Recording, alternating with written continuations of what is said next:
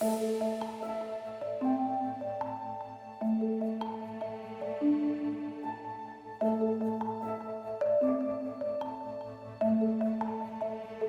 journey from Germany to South Africa in 1997 was quite a jump for me. First time really living in Africa, which is scary, but obviously with Cape Town as the city and a German-speaking Catholic community as the field of work, it was an easy entry, but there was no home for the German-speaking Catholic community. My predecessor was from an order and he had his home, but for a new chaplain there was no home, no house, not even a church. So I had to look, and one of the things I was told to do was to look after tourists. And obviously there was nothing happening in the Archdiocese of Cape Town. So the idea was, can I just open a guest house and get the tourists coming to me, and then obviously we can engage with each other. And in 1999 I got permission to buy this wonderful old villa from 1903. Actually, the fireplace is original 1903. If you look around, a lot of features are original 1903. And we converted what was a cooking school into a guest house and into a community center to have a home for the German-speaking Catholic community. And I was living here for the first 3 years after having this place. And when the first guests arrived, I actually was in the kitchen doing the breakfast and preaching Sundays and doing all the kind of things in one go. It was quite an exciting time. When I arrived in South Africa, I joined a Rotary Club. And one of my first tasks as a Rotarian was telemedicine, to connect Tygerberg Children's Hospital with Worcester Hospital. And looking back at the time was actually really the dark ages of the HIV pandemic unfolding. I was still a young pediatrician, it's quite a few years ago now, and I had returned from America where we had seen and heard of the first cases of HIV. We did not have an idea how this was going to unfold in South Africa. I was working very much with infectious diseases in our pediatric department at Tygerberg Hospital, and then we saw this unfold. Apart from being very scared, the stigma was immense around the children that now were becoming infected, totally innocent. The mothers were diagnosed as a result of their children being diagnosed, and quite often the children were just left with us because the mothers were now labeled as the guilty party, having given it to their children. They were still well themselves often, the children were desperately ill. Most of our children with HIV infection then died before age 2 years. It was hopeless. And there was no place for the mom to stay with the child. As I said, a lot of the moms ran away, and we were left with these dying children. It was really heartbreaking, and in the very early days we also didn't know how to handle them. Like with COVID now, we didn't know, did the infection just purely come through body fluids, through blood? The nursing staff was even scared of changing the diapers. There was so much we didn't know and so much fear. Having no treatment either, combined to make it really a devastating situation for all of us in the department, pediatrics. The first thing what we did was actually establishing the ward G7, Itemba ward, because 20 years into the pandemic, there was nothing really done in this university hospital, in this teaching hospital, when it came to HIV/AIDS. It was something in the corner, it was there, people died, but we don't really want to tackle it. That was the first. The second was simply trying to save lives. That means within the first 6 months of existence, we started the program to bring antiretroviral treatment into South Africa and to kids. It was actually the first time that it was done. It was at the same time like the Médecins Sans Frontières. The Doctors Without Borders also did that in Khayelitsha. So we really were at the forefront of administering antiretroviral treatment to children and to save their lives. And the third very quick decision was to look, where are the kids coming from? Is there a connection between a township clinic and the big hospital? And I can tell you there was none. Actually, kids were brought into the hospital, also into our ward, without we knowing where the kid came from. Because when a kid was sick at the township clinic, the nursing sister took the child to the big hospital, to Tygerberg Hospital. So the parents never had any contact with us, which also meant that kids were dying. We didn't know whom to inform. We had to wait until somebody showed up. So it was a very difficult time actually, a very overwhelming time also for the first 1 or 2 employees we had. We had a coordinator, we had a first doctor obviously for the antiretroviral treatment, and it was a very tough time. Here was a project that really needed help. It was a humanitarian crisis. This appealed very much, I think, to Stefan and to the urgent need for something. And Signal Hill Rotarians were involved, and the university and Tygerberg Hospital became part of this first core of partners to start a humanitarian way of dealing with children who were innocently affected and deeply affected by HIV. The big change actually came when we were able to also get the first children onto treatment. And that was several years later. And that was an eye-opener. They could also survive. They could have a chance at life, provided they were given the treatment diligently, provided they also had enough nutrition, provided that the parents were not too scared to have it known, also to caretakers that their children needed these medications, where the default often then happened. And with it came then the treatment also of the parents. Parents have to survive now to look after their children, and the medication was a challenge, initially very, very expensive. I remember we got it from a private pharmacy. We bought it out with sponsors then through the German-speaking Catholic community, but later through an expanding network. This wasn't just a Catholic effort, this was a human effort. And so we got more and more into a network, especially with Stefan's fundraising and connections of people who were initially individually supporting children with treatment, and then later more globally. And soon we realized the need to have dedicated doctors also involved with HOPE. We realized that we needed to really be connected to the community, to see that our children received the care then also in community, because they were now surviving, they were starting to thrive. So this is how the whole healthcare work program came about as well.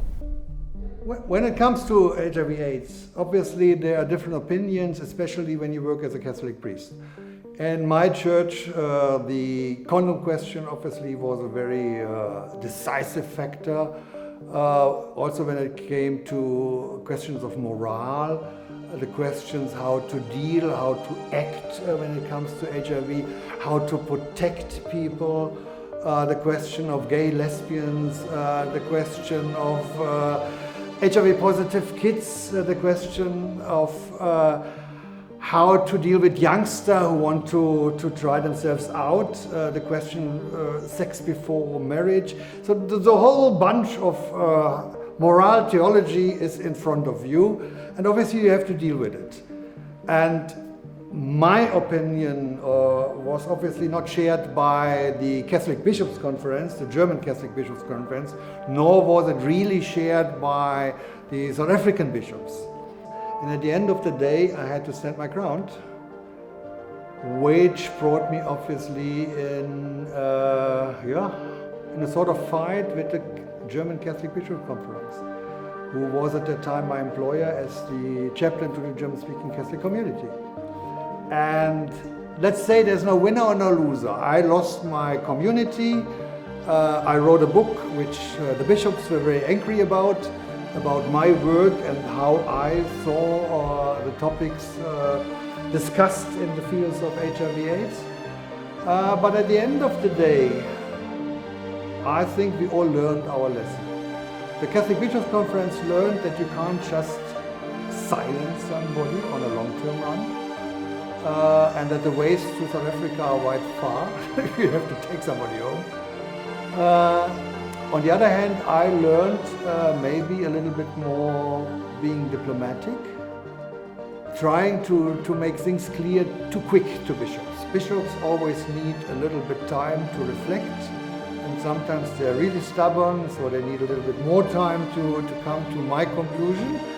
So it takes a lot of time, it takes a lot of energy and patience and so on. But at the end of the day, it's not about theology. At the end of the day, it's not about what bishops think. At the end of the day, it's about what people need to live and what people have to do. That at the end of the day, there's life to the fullest. That is what it's all about. The rest is the cherry on the cake, and you don't need a cherry on the cake to eat it. Obviously, there were moments within Hope Cape Town when the question arose, what is the direction to take? And we had obviously within the board, or the two boards after 2006, the association and the trust board, different opinions where to go from here. And there was in my humble opinion, a fundamental decision to make. Do we remain a small charity organization handing out food, clothes, sweets, to give and to have that smile of an African child in front of you? Or do we really want to change the world, the small world where we are living and working? And that would mean development, that would mean less handouts, except for emergencies. That would mean to walk with people. That would mean to understand and to dig and dip deep into how the other person or the other persons think. And at the end of the day, even board members resigned because they felt that going into direction development is the wrong decision. We should keep it small and sweet. I personally think until this very day, it was the right decision to push through, to go in direction development, and it took a long time until we arrived at the beginning of being a development organization. And this is where Hope then started evolving to become much more involved in community projects, such as Blikkiesdorp, where there was really a comprehensive approach to try and get involved with some of the poorest communities and to provide nutrition expertise, to provide some sort of school aftercare. And you see in the history of Hope, it became a very multidisciplinary organization. We needed social workers to be involved. Occupational therapists came on board. Psychology is part of it. And I think now also going forwards, kids become adults, they become adolescents that need further training and care. And all the time, also still there's a component of children who, of course, are growing up with HIV. Some of them very successfully now, but they need to be retained in care. Their parents need to be retained in care, so we've got a good, stable social structure for the kids that are either infected or just affected. They haven't actually got HIV themselves. I was introduced to Hope Cape Town 20 years ago. When I first met Stefan 2001, he introduced me to Hope Cape Town. Obviously, he told me the vision and mission about Hope Cape Town, and I immediately bought into the project. That's why I made an effort to find a community health worker for them. So the first community health worker was at Mfuleni Clinic under my wings. 2004, Stefan came to me again, and by then they have grown in the sense that they had more community health workers, so much that they needed somebody who can supervise or manage the community health workers. And I was appointed January 2005 with Hope Cape Town. When in 2014 I actually talked about my vision that the container village could expand to a multi-purpose center and even more and more holistic and so on and so on. Obviously it was a dream, it was a fantasy, it was something I thought about because I always felt that we have a very special relationship to Delft. I still believe that Delft could be a third hub within the Greater Cape Town area. I still believe that Delft could be an example of the multitude of people living together in one place, colored, white, black, whatever you will call it. At the end of the day, Delft is a place where all those people, even refugees from all over Africa, are coming together and living together, and that should be an example how it should be done. Obviously, it's opposite the case.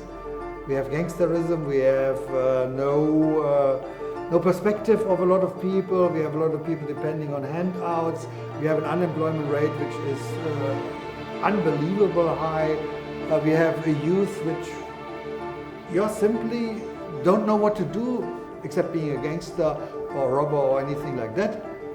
So I think Delft is the place to show how South Africa could tick in the future. I really believe that. I know that people say I'm crazy and it's simply not possible, also with that government and this and that. No, I believe it. I believe that Delft is actually a place where we could experience to turn a hopelessness situation into hope. Actually, that's what we mean with our name, Hope Cape. Yes, I think we are very different. I think we have some common core values.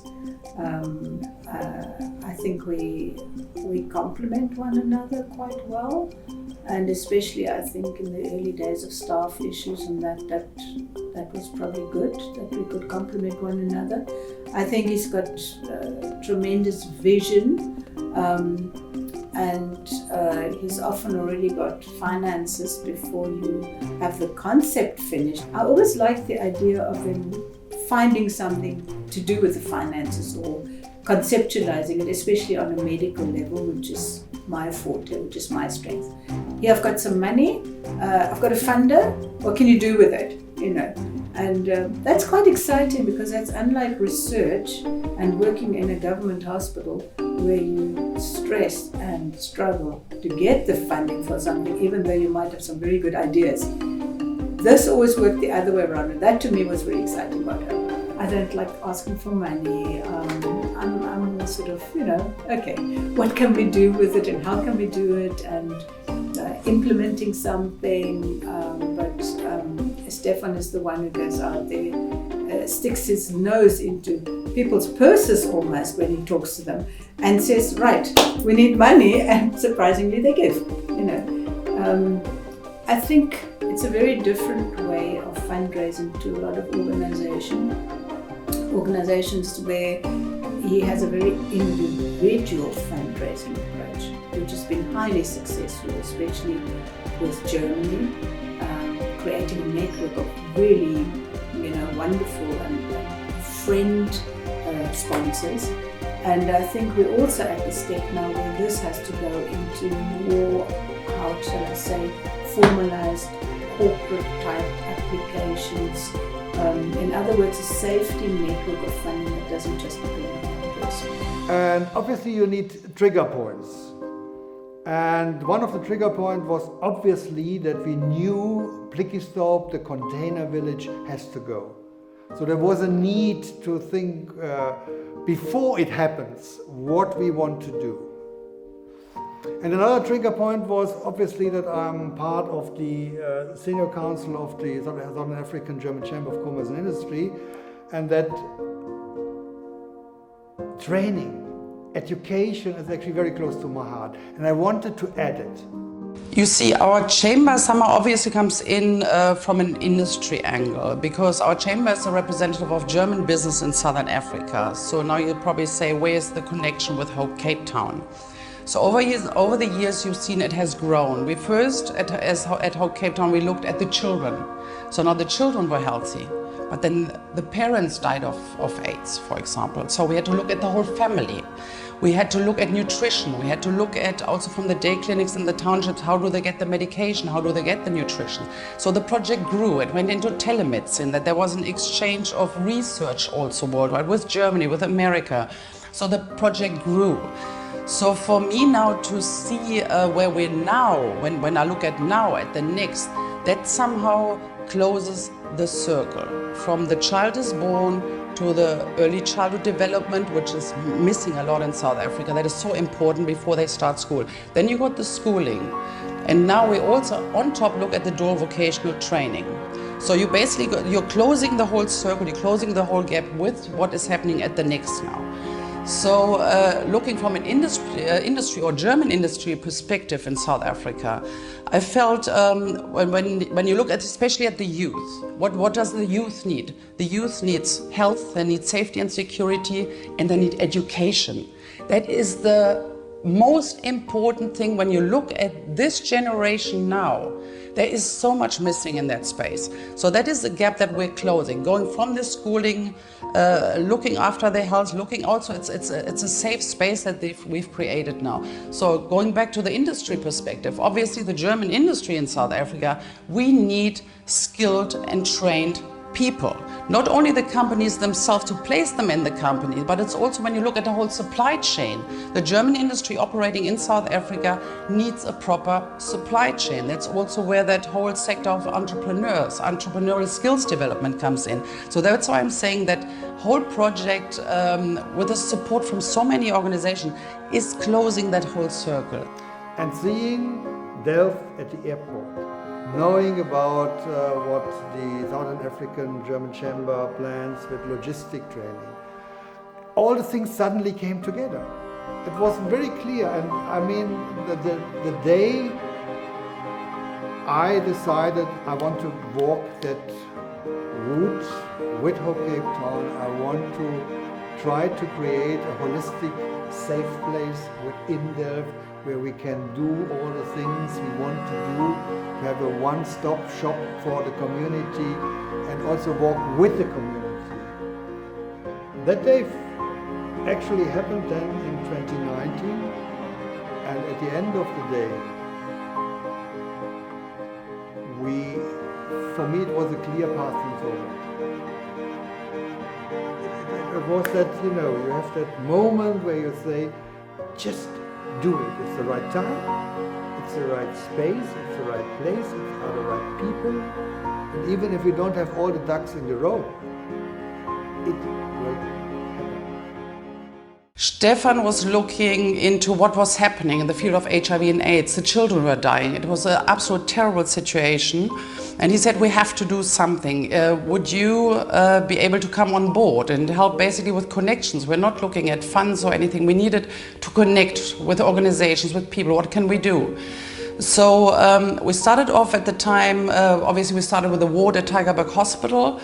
And we were in a situation that the children were just dying. There was non-stop, I heard, they were preparing last birthday parties for the children. We saw the nurses and the health workers in constant trauma counseling because there was nothing they could do. So then Sometime later, Hope Cape Town was one of the first organizations that actually started antiretrovirals. And you saw children all of a sudden from a deathbed going up and getting back to school. Like nothing ever happened. It was absolutely amazing. So that was something at the time, because I was fairly new here with the German Chamber of Commerce, and I wanted to adopt something. Like our head office in Joburg always has the annual ball. I said to Stefan, let's do this. Hope was born, and I said, we as a chamber organize now the annual Ball of Hope together with Hope Cape Town, to not only as a fundraiser but also as a marketing event, and always under the banner of do good by having fun. So that was how we started out and how I got involved in the beginning in Hope Cape Town. From the early to the middle years to now the later years of Hope, as we've eclipsed 20 years, they hold big challenges. It's a concept that was, I think, very much Stefan's idea of finding a home. And also, I think it was just a dream that maybe one day we can actually really make a huge difference in the community. From making a little difference with a vegetable garden and some containers in Blikkiesdorp to something that would have more permanence. And the Next has been a huge step forward. The Next has been sort of the crystallization, as it's unfolding actually, of possibilities on how to have a community functioning hopefully optimally, with access to health, with access to education, with access also, to me that's quite important, access to beauty. I think people need beauty in their lives. I think they need to see that things can look lovely, even in a place like Delft, even where things are in a state of disrepair.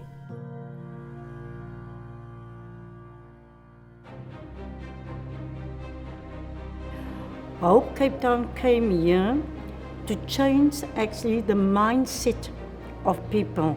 Everywhere it is dangerous, but just to give them hope and to show them there's love, there's something that is more beyond dangerous.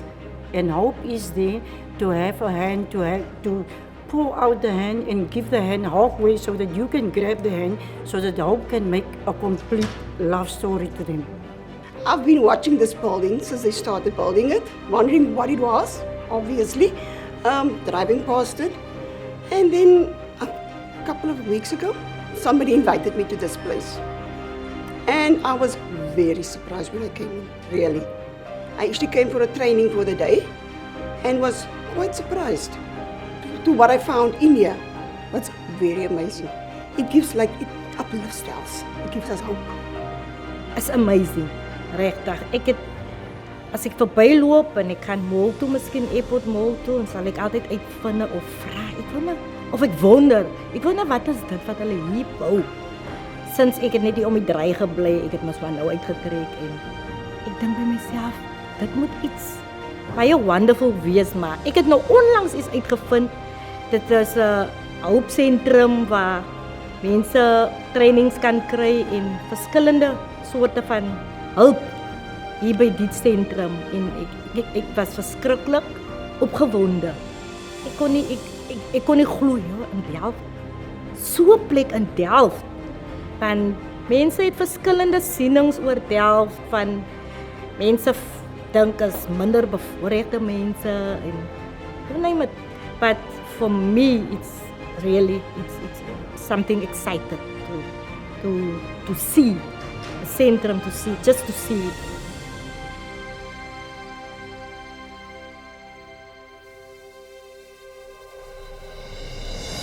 And so far, everybody that's come there has been stunned by the simplistic beauty of the setup. And I think it's very important for the donors to see that there's something beautiful, both in function and in form, coming out of the Next. And I think in the end, it encourages more funding.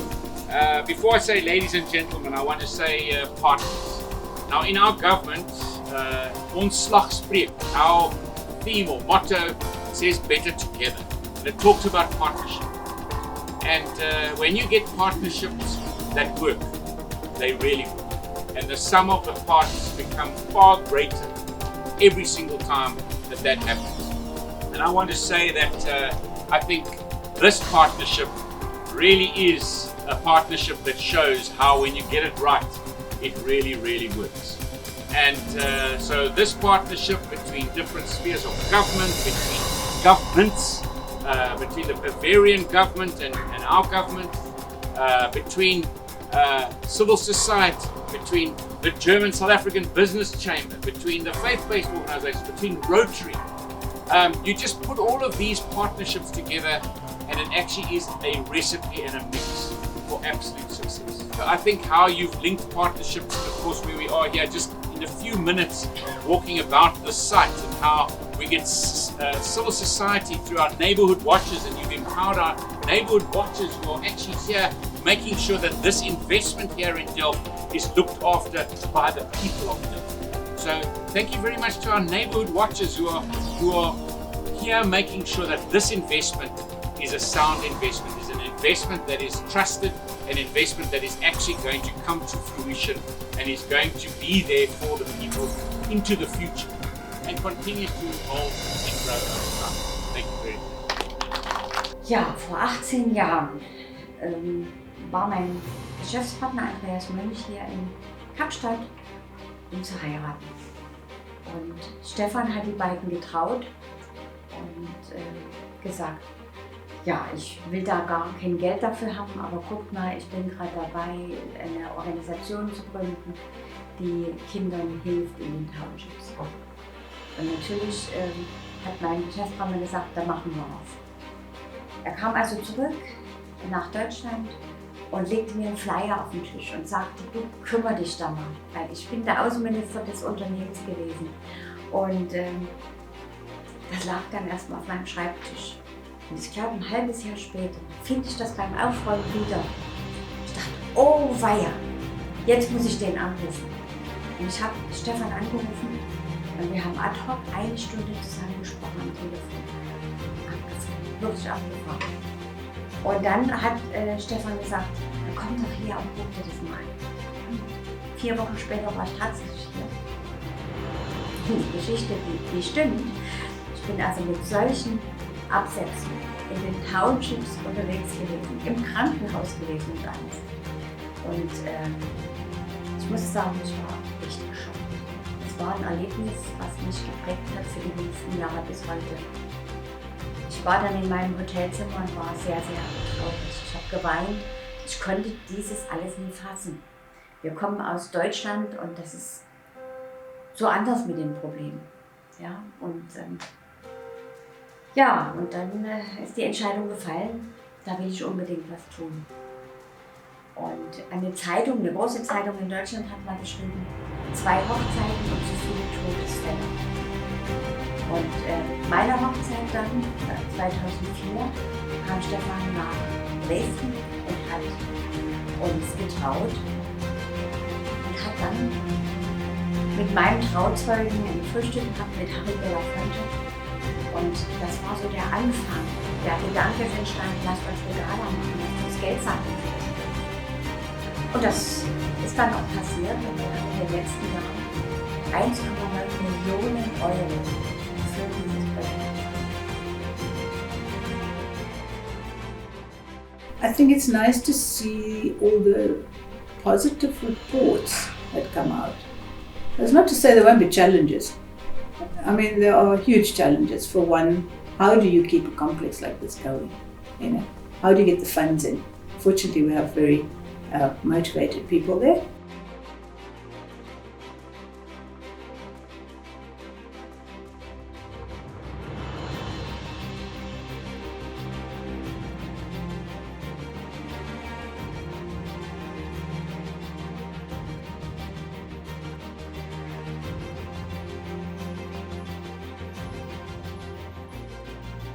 I always have believed when you are a leader, you have to choose the time you disappear, you fade away, and it should not be with a boom. It should not be dropping dead. It should be in a time where people still love you, and it should be in a way that people almost don't realize that things are changing. I think this is for a founder the most important task actually you can do for an organization. I am taking over in a couple of years' time from the man who has envisaged this amazing place here at the Next and who has really put hope on the ground in South Africa and here in Cape Town.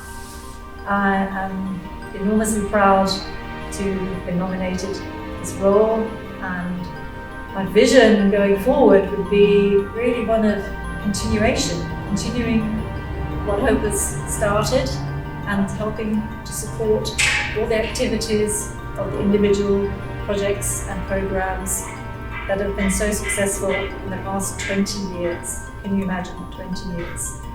Been around since the beginning and feel very committed to Hope. My wish for this organization is to continue what they're doing, but also to take it to the next level, to create a model that can be used in other provinces and other areas, and to change the mindset of people where it's not just curative. You don't need in terms of health, it's not just let's address disease, it's let's prevent disease. In terms of education, let's put those stepping stones in place so that you can grow, that you can go to the next level. And it's, for me, that's the important thing, is building blocks and creating pathways to health and to wellness. We must move away from the thing of receiving money and just plowing it into something. Things have to generate resources and their own resources in the end to be sustainable. So hopefully the Next will also be able to implement this, and for the youngsters who come through, will give them the right skills to be sustainable in their own lives and to have enough life skills to make a big success of it. Hope is actually looking to do more beyond what the mind is setting, actually more beyond what government can do. Because government can only do a certain things, and Hope is the one that can extend the real need where it comes to vulnerable children, children that is out of school, children that doesn't go to the clinic, mother that is in poverty, to educate these people, to educate this mama and show them a better future. The biggest fear in health. You know that it's not just health, it's the biggest fear all over. The safety of the children, the well-being of the children, the nutrition of the children. What we do, and with the help of Amazing Brains as well, we give the children a registered teaching program where we get the children ready to go to school. Because the children, the parents, as we know in Delft is not one of these upmarket places. But the Hope Center is giving hope to those children. Now we can bring the children here. The children can learn so much more than what they used to in their daily routine every day at home. So with Amazing Brains, I think they might be the next month Mr. Mandela, you never know. And it might become from my case, you know. Ek sal sê, met so 'n sentrum soos hierdie, kan ons baie kinders bereik soos byvoorbeeld hulle wat in die strate ronddwaal, hulle die werkie. Ek meen ons almal weet van gangsterisme en sulke goede. As hier by die sentrum waar glo ek hulle sal baie van sulke kinders ook kan bereik, dat hulle iets met hulle lewe sal kan doen. And sometimes I do wonder when did this all happen? And obviously it couldn't have happened without the input of an unbelievable crew on board, without unbelievable motivation. Everybody gets told with a job interview, we can't pay market-related salaries. Do you understand that? And they sort of look, yeah, if you want something more out of your job, this is the place though, And I think it's very much reflected with our staff, both past and now, even more so that you're not just working for money. You're working for an incredible passion, you're working for fun, you're working for something that you think is going to be successful, and something that's a concept of, excuse the pun, hope in South Africa. And that's not just meaning HIV outreach program, education, and training. This is actually, real hope. I think people need hope with everything that's going on in the world and in South Africa. And at the moment, we might not even be in the worst spot of the world with what's going on with war and other conflicts. I think South Africa's got potential. I think it's got enormous potential. And I hope that the next, by giving people a healthy start, can do that. And that is our hope, and my hope. Inspiring people is always very difficult. And I'm sure being a German, being very blunt, being very straight to the point, it's even for South African even more difficult to be inspired having such a leader or such a chairperson, as we call it. But on the other hand, I think I have gained the trust of people. Even people who don't agree with me on matters. There is that kind of respect and mutual respect. I also respect people who have a complete different opinion like me. Yes, there's respect. There's, I hope and I see, the trust. And there's a proven record. I think people have experienced that if you dream big and you just walk the talk, you can achieve something. It's as simple like that is a sort of magic. And that's not a magic I do. The magic is created when the people come together and the synergies are actually brought together. It's very simple like that. That is not me. It's actually the kairos of the situation of many people coming together, and suddenly they realize, hey, we can do it. We are able to do it. We are able to bring all our little bits, and somehow something is happening and something is coming into existence which is much bigger than we thought we ever can do. It's a miracle when people come together and have the right time and the right space.